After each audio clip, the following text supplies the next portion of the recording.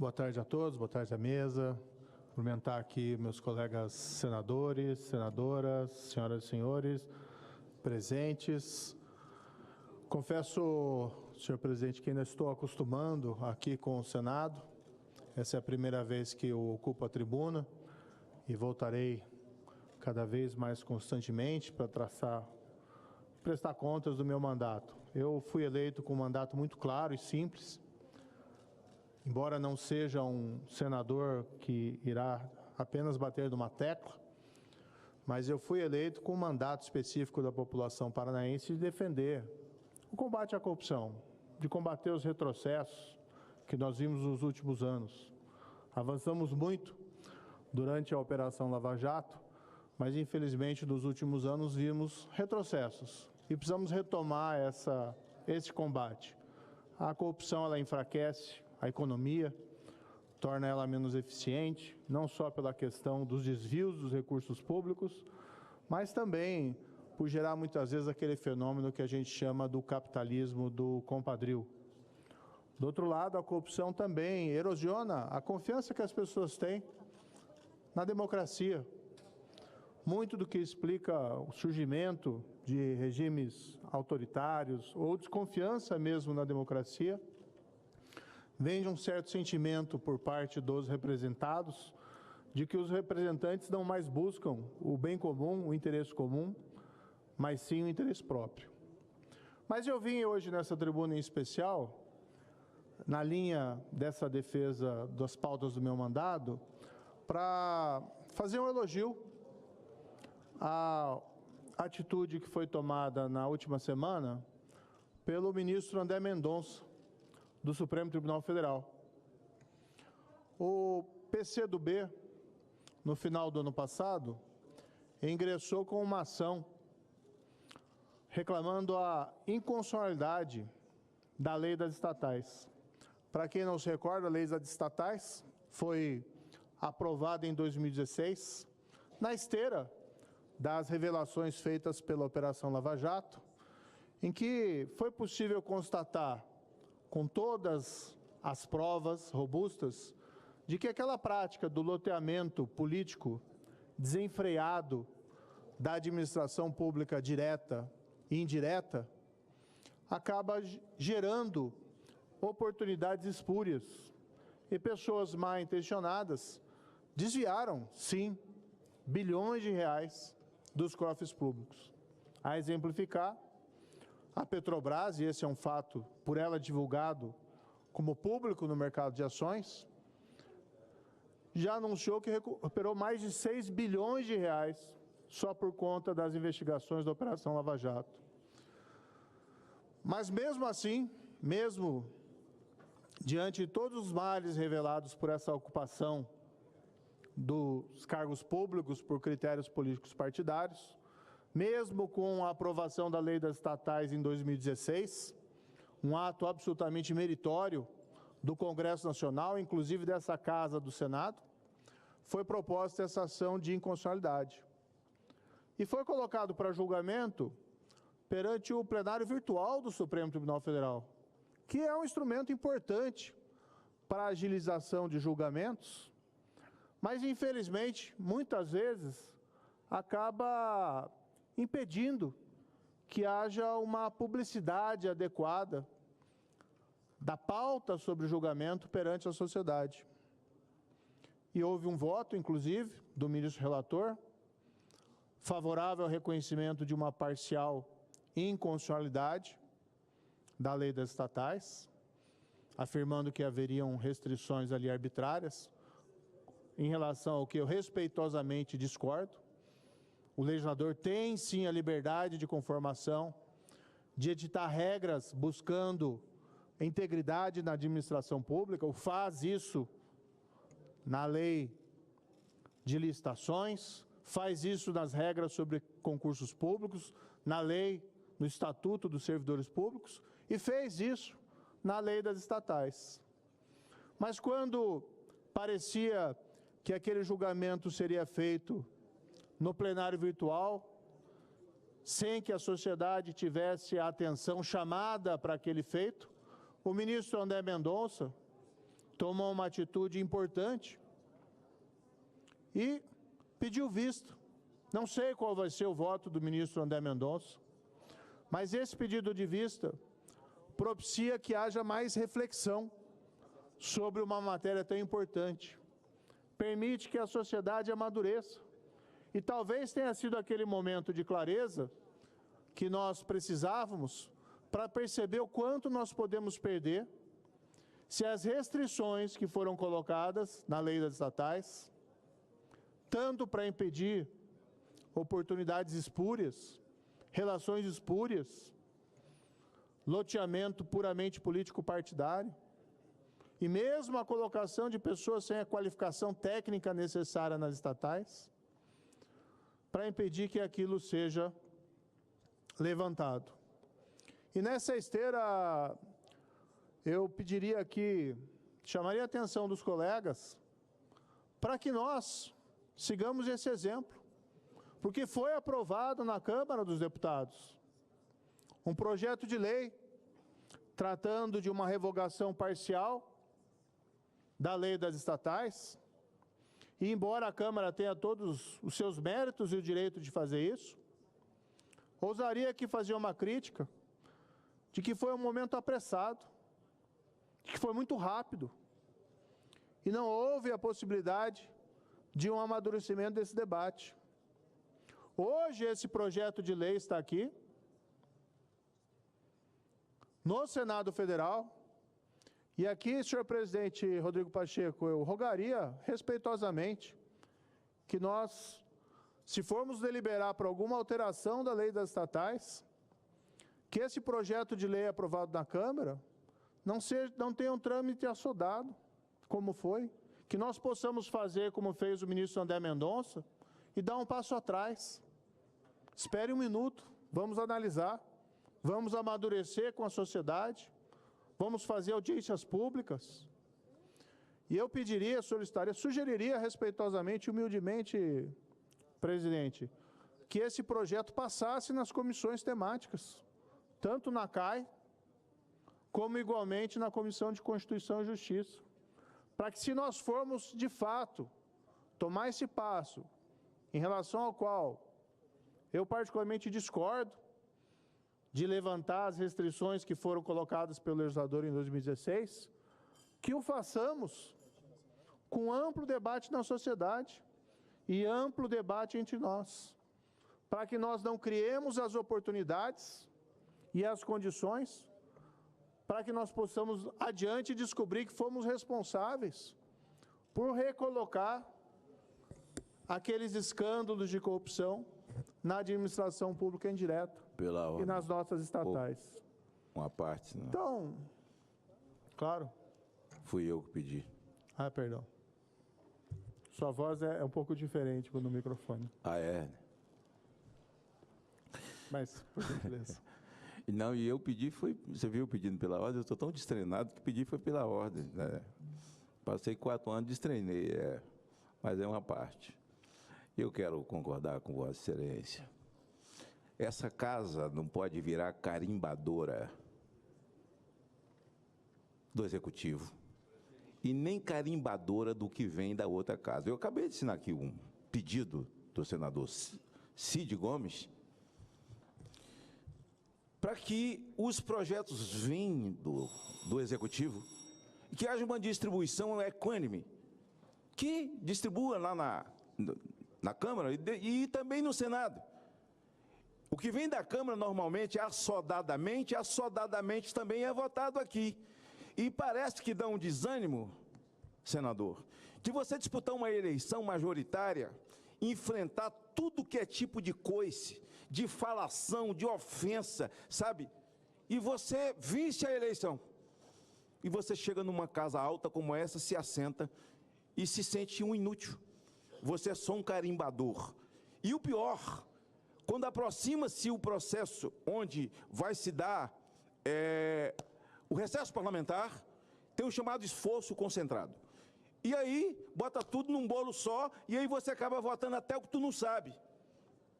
Até o que tu não sabe. Então, esse seu pedido ao presidente Pacheco, e eu também faço o pedido, aliás,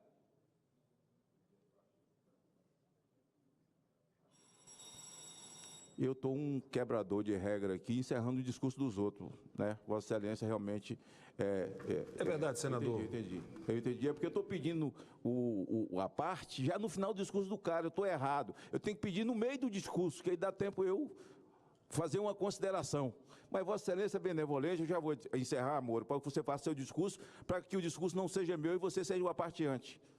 Eu quero pedir também ao presidente Pacheco que realmente nós avaliemos, que não sejamos carimbadores do que vem de forma assodada de lá, porque a lei das estatais, ela é absolutamente importante para o Brasil e que não seja ao sabor de quem vira presidente da República.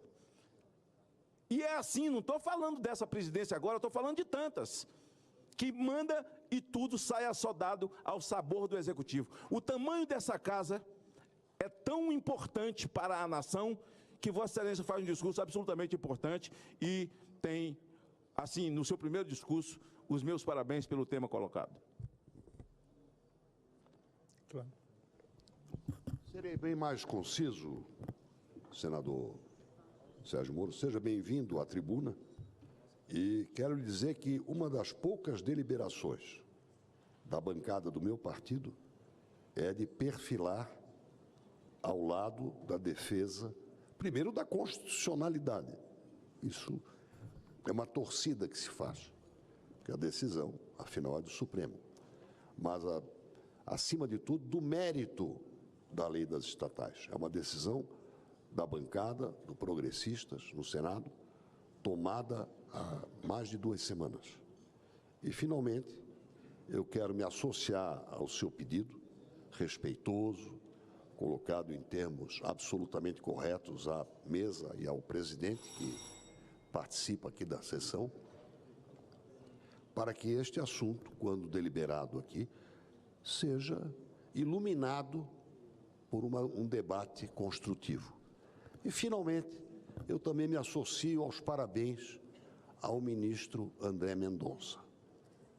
E me congratulo comigo mesmo pelo esforço que eu fiz, dias e dias a seguir, para que o nome do então proposto doutor André Mendonça fosse apreciado na Comissão de Constituição e Justiça. Foram mais de 4 meses e hoje eu posso dizer, parodiando Fernando Pessoa, valeu a pena. Senhor presidente, uma parte, por favor. Por gentileza, senador Eduardo Girão, o orador que está à tribuna está por concluir o seu pronunciamento. Deixemos o senador Moro concluir, porque senão nós vamos terminar não tendo o desfecho do seu pronunciamento e sendo, de certa forma, deselegante. Concluir, depois dá pela ordem. Vossa Excelência pode concluir e depois nós passamos pela ordem, porque é desta forma que se... Eventualmente pode ter alguma consideração. Exatamente, é uma consideração, senhor presidente. Só peço que de forma concisa, senador Eduardo Girão, até em razão também de respeitarmos os demais outros integrantes que estão listados aqui. Obrigado, senador Girão. Sérgio Moro, primeiro lhe cumprimentar pelo seu primeiro discurso aqui nessa tribuna. Seja muito bem-vindo. Eu fui inspirado a entrar na política pelo seu trabalho corajoso na Operação Lava Jato, de muitos servidores públicos exemplares do Brasil. Mas eu queria só cumprimentar e complementar da importância da sua fala para evitar mais uma judicialização da nossa Corte Suprema. O Senado está com a bola, a Câmara já fez a sua parte.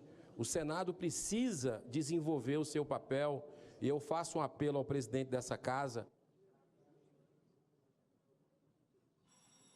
para concluir, para que a gente possa cumprir o papel de uma casa revisora da República e deliberar em pelo menos 2 comissões. É o apelo que eu faço. A CAI e a CCJ, porque esse assunto é uma blindagem ao toma lá da cá, a barganha política, a troca de favores que o brasileiro não aceita mais. Muito obrigado e parabéns pela sua lembrança. Senador Rogério Carvalho. Eu queria, presidente, concordar que a gente precisa coibir a corrupção, inclusive a corrupção praticada por magistrados, quando no exercício da sua função. Notadamente, nós sabemos do caso que foi a anulação de todas as condenações do presidente Lula. E me parece que houve um caso de corrupção ao julgar o presidente Lula e, portanto, isso também precisa ser avaliado, precisa ser escaneado, porque esse tipo de prática do judiciário nunca mais esse país pode viver, porque isso levou a essa aventura autoritária, essa tentativa de golpe que nós vimos no dia 8 de janeiro, decorrente da intervenção criminosa, da atuação criminosa de um juiz na perseguição a líderes políticos e à política. Quero concluir dizendo outra coisa. Quem vai ao Banco Central não precisa de quarentena. Ele ainda está empregado e participa da sabatina e só se desincompatibiliza ou se demite da função para entrar no Banco Central quando é aprovado pela Comissão de Assuntos Econômicos. Portanto, nós não podemos criminalizar a política, porque a criminalização da política, a consequência é o autoritarismo e regimes totalitários, que foi o que pretenderam fazer no Brasil no dia 8 de janeiro deste ano. Um golpe que estava sendo urdido e que tem o seu nascedouro na prática incomum e deletéria do judiciário ou de membros do judiciário contra a democracia e contra o Estado democrático de direito. Não, eu repudio as suas palavras, desculpe, senador. Peço à mesa, inclusive, que o senador aqui está quase me acusando de corrupção. Quem gerou esses problemas todos foi a corrupção do seu partido, senador, desculpe. E nós combatemos essa corrupção. Peço que seja tratado com urbanidade aqui nessa tribuna e não de maneira inapropriada, ferindo, inclusive, o regimento. As palavras aqui do nosso senador.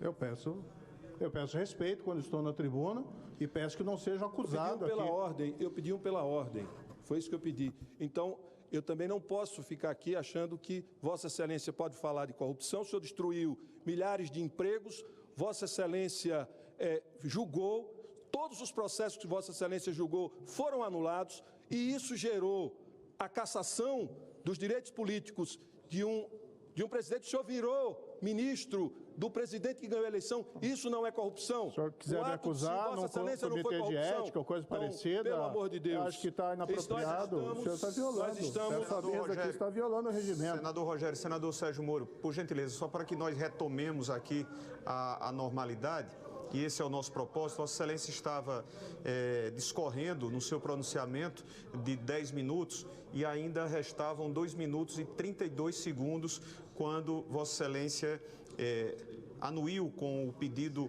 de à parte do senador Magno Malta. E aí nós estamos, pela presidência, garantindo-lhe os 2 minutos e 32 segundos para que possa levar ao desfecho o seu pronunciamento. Por gentileza. Então, faço aqui o registro que tomei o cuidado na minha fala de não pessoalizar a questão da corrupção, já que não quero aqui entrar em bate-bocas desnecessário, mas tenho que repudiar a fala do colega, que foi ofensivo em relação à minha pessoa e ao trabalho que foi feito. Quem gerou as oportunidades autoritárias, infelizmente, foi a corrupção dos governos anteriores, que acabaram gerando essas tentações e essa descrença na democracia. Mas aí que nós temos, inclusive, o exemplo que veio o Congresso Nacional em 2016. A Câmara dos Deputados e o Senado Federal deram uma resposta importante àqueles escândalos de corrupção, que foi a lei das estatais. Criar os mecanismos preventivos para evitar que nomeações puramente político-partidárias pudessem gerar relações espúrias e colocação de pessoas desqualificadas no quadro das estatais. Lembro aqui um tesoureiro do PT, que foi nomeado conselheiro da Itaipu, que talvez seja até uma boa pessoa, pessoalmente, embora fosse acusado de crimes, mas não tinha ali qualificação para preencher esse quadro. Então, o que eu faço aqui nesse momento é elogiar essa ação do Congresso, que aprovou a lei das estatais, elogiei o voto do ministro André Mendonça, e aqui tomo a liberdade, presidente Pacheco, de elogiá-lo também, porque quando foi aprovado esse projeto na Câmara, a toque de caixa, e enviado ao Senado, Vossa Excelência teve a serenidade e a tranquilidade de colocar isso no seu leito próprio e não colocar isso para ser votado assodadamente, desprotegendo a sociedade. E não se trata de criminalização da política. O que existe, infelizmente, dentro da política são poucos indivíduos, mas que muitas vezes a desonram praticando crimes. E quando se estabelecem algumas regras de prevenção, não se joga uma pecha de desconfiança sobre os políticos. A própria Constituição Federal, no artigo 54, tem previsão de restrições ao que os parlamentares podem e não podem fazer. Por exemplo, não pode contratar com a administração pública direta ou indireta, salvo se for aqueles contratos padrões. E ninguém jamais vai afirmar que esse artigo criminaliza a política. Eu já finalizo.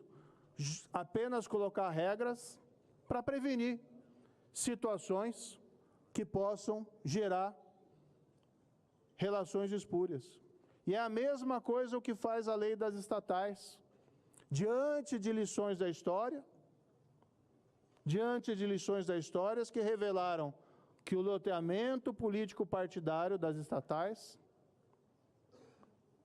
geraram oportunidades para o maior escândalo de corrupção da história do Brasil. E seria uma lástima que nós, eventualmente, e não acredito que faremos isso, levantássemos essas restrições sem que houvesse um debate sereno, saudável, aberto à sociedade, para que, se for realizar qualquer alteração na lei das estatais, que seja para fortalecê-la e não para enfraquecer a sociedade. Muito obrigado.